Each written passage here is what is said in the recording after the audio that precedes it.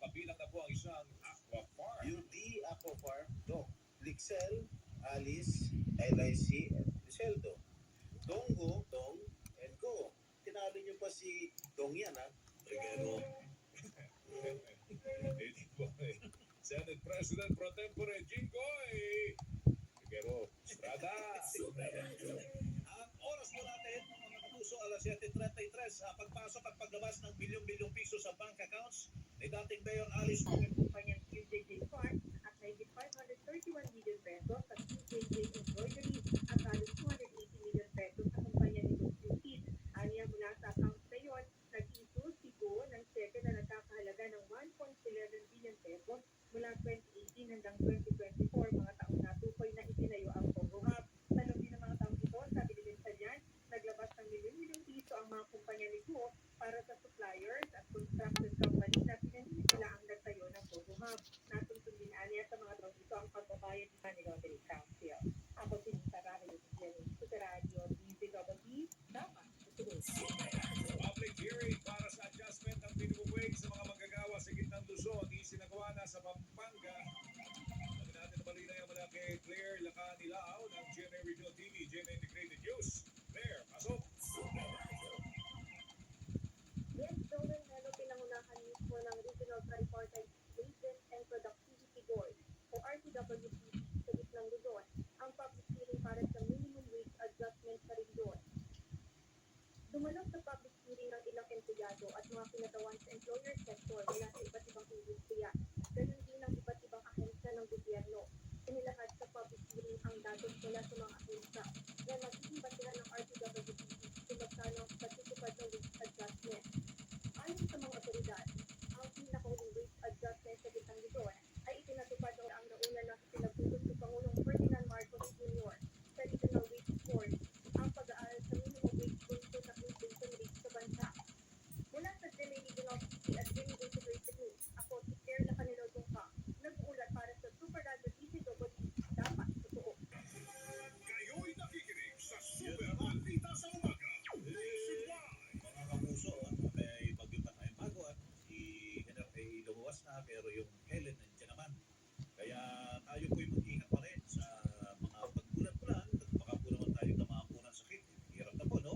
At importante po ay napapalakas po natin ang ating katawan. Napapanatili natin malakas. At yung immune system natin ay mataas, ang antas, mga kapuso. Yan, mabuti na lang talaga. At tugaliin niyo po ito, ha? Para po sa mga may edad na, sa adult, at saka doon sa mga kids. Ay wala po, meron naman po parehong Immunamax food supplement para sa ating lahat, mga kapuso. Yan po, yan talaga. Ang Immunamax po ay gawa sa CM Group na nagmula pa sa Switzerland. Available po yan sa capsule for adults. Ito, palagi namin pinuturo sa inyo para hindi kayo malito, no? Punta nyo sa butika. Yan, para bumili, no? Ha? Ito pong maliliit na kahon na ito ay para po sa mga adult. Kasi capsule po naman yan. Capsule for adults, Immunamax food supplement. May kulay asul. Yung kulay asul na pakete na yan, na maliit na kahon, mga kapuso. Okay, bagyan yan. Ang capsule for adults. Yun naman sa mga bata, ito mas malaki. Ang laman po niyan ay botelya eh. Yung botelya na yun, may laman po naman ng syrup yun. Syrup for kids, Immunamax food supplement. Yung kulay orange ito. May kulay pink din yan. Botelya din na may laman pong syrup. 40 variant kulay asul. Yun. Mga kapuso, syrup for kids, Immunamax food supplement, mga kapuso. 40 variant. Mula po sa aming studio, kahit nasan pa kayo sa mga sandaling ito, mga kapuso, ingat po tayo, no? Labas, mag-Immunamax tayo. Maragang paarala at Immunamax 40, hindi po gamot at hindi dapat gamitin paggamot. Sana mag-uri po ng sakit. 7:39, nandiyan na. Hindi pa. Ofisiya na. Disiplina pa. Mga kapuso, maging maingat tayo ngayong tagulan para maiwasan magkaroon ng leptospirosis. Manatiling malinis ang kapaligiran, maglagay ng lasong sa dagat sa iba't ibang bahagi ng bahay o tumawag ng pest control para maiwasan ang pagdami ng dagat. Huwag maligo o maglaro sa baha. Iwasan ang paglusong sa baha lalo na kung may sugat. Kung hindi maiwasan ang paglusong sa baha, magsuot po ng bota. Maglinis agad ng katawan o maligo pagkarating sa bahay. Magpa-check up agad sa doktor kung nakalusong sa baha at lumitaw ang mga sintomas ng leptospirosis. Bigla ang pagsakit ng ulo, dagna, pagsusuka, pagkahilo